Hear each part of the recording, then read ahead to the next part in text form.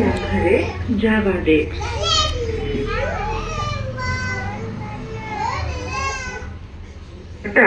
ધીરે ધીરે ઉપડ્યા. ત્યાં જ આવ્યું જંગલ. બાલ દોસ્તો, જંગલમાં જંગલી પ્રાણીઓ રહે. હવે પ્રાણીઓ આવવાની તૈયારી છે. અચાનક વાઘનો અવાજ સંભળાયો. અરે, આ તો વાઘ! વાઘે ત્રાડ પાડી.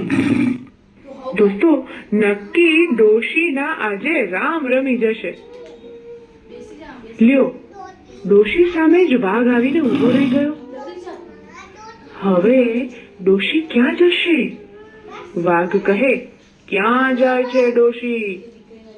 દીકરીના ઘેર. મારે તને ખાવી છે ડોશી, હું તને ખાઉં.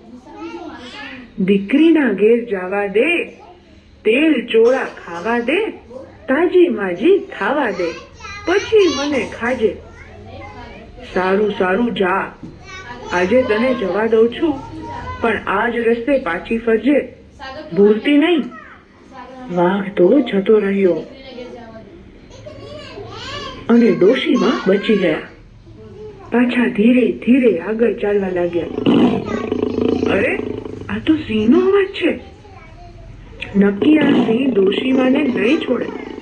એ તો એને ખાઈ જ જશે. એ ડોશી ક્યાં જાય છે? દીકરીના ઘેર. ડોશી, હું તને ખાઉં. દીકરીના ઘેર જવા દે, તેલ ચોળા ખાવા દે, તાજી માજી ખાવા દે, પછી મને ખાજે. સારું સારું, જા, આજ રસ્તે પાછી ફરજે. અને સિંહ પણ ગયો. અરે, આગળ આગળ ચાલતા જ ગયા. ત્યાં બીજું પ્રાણી આવ્યું. દીપડો આવ્યો. બાપલિયા, આ તો દીપડો. એ ડોશી ક્યાં જાય છે? હું તને ખાઉં.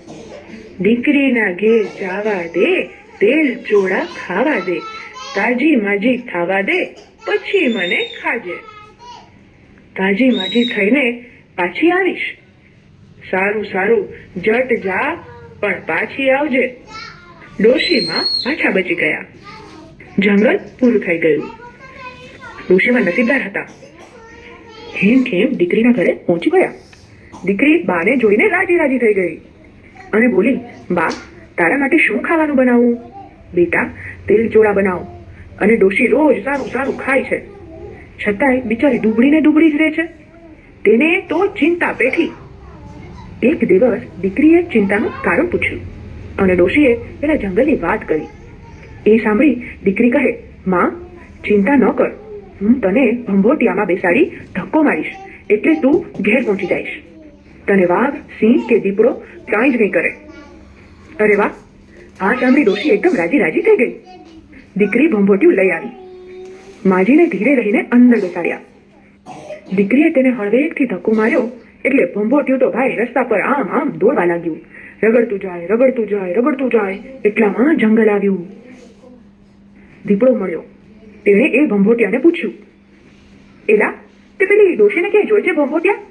આ સાંભળી અંદરથી ધીરેથી ડોશીએ અવાજ બદલીને કીધું, કિસકી ડોશી કિસકા કામ, ચલ ભંભોટિયા આપને ગામ.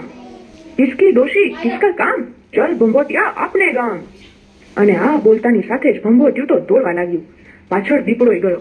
આગળ જતા સિંહનો અવાજ આવ્યો. નક્કી આ સિંહ ડોશીમાને નહીં છોડે. તેણે પૂછ્યું, એલા ભંભોટિયા, ડોશીને ક્યાંય જોઈ? એટલે ફરીથી અંદરથી ડોશી બોલી, કિસકી ડોશી કિસકા કામ, ચલ ભંભોટિયા અપને ગામ. કિસકી ડોશી કિસકા કામ, ચલ ભંભોટિયા અપને ગામ. અને ભંભોટિયું તરત દોડવા લાગ્યું. દીપડાની સાથે સાથે સિંહ પણ પાછળ પાછળ દોડવા લાગ્યો. આગળ જતા વાઘભાઈ આવ્યા. ઊભું રે ભંભોટિયા, અલ્યા ભંભોટિયા, તે ડોશીને ક્યાંય જોઈ? એટલે ડોશી બિચારી બીતા બીતા બોલી, કિસકી ડોશી કિસકા કામ, ચલ ભંભોટિયા અપને ગામ. કિસકી ડોશી કિસકા કામ, ચલ ભંભોટિયા અપને ગામ. અને ભંભોટિયું પાછું દોડવા લાગ્યું. અને પાછળ પાછળ વાઘ પણ દોડ્યો. એટલામાં ગામ આવી ગયું. ડોશીનું ઘર આવ્યું. ભંભોટિયું ઘર આવીને રાખના ઢગલા પાસે ગયું અને ઢગલા પાસે વાઘ, સિંહ, દીપડો ફરતા બેઠા હતા. ડોશીમાએ યુક્તિ વાપરી. રાખ મુઠ્ઠીમાં લઈ ચારે કોર ઉડાડી અને તે રાખ વાઘ, સિંહ અને દીપડાની આંખમાં બેઠી. સૌ કોઈ આંખો જોવા લાગ્યા અને લાગ જોઈ દોડીને ડોશી ઘરમાં બેસી ગઈ. બિચારા પ્રાણીઓ આંખ છોડતા જ રહી ગયા અને જંગલ તરફ પાછા ભાગી ગયા. જોયું બાલ દોસ્તો, ડોશીમાએ કેવી બુદ્ધિ વાપરી.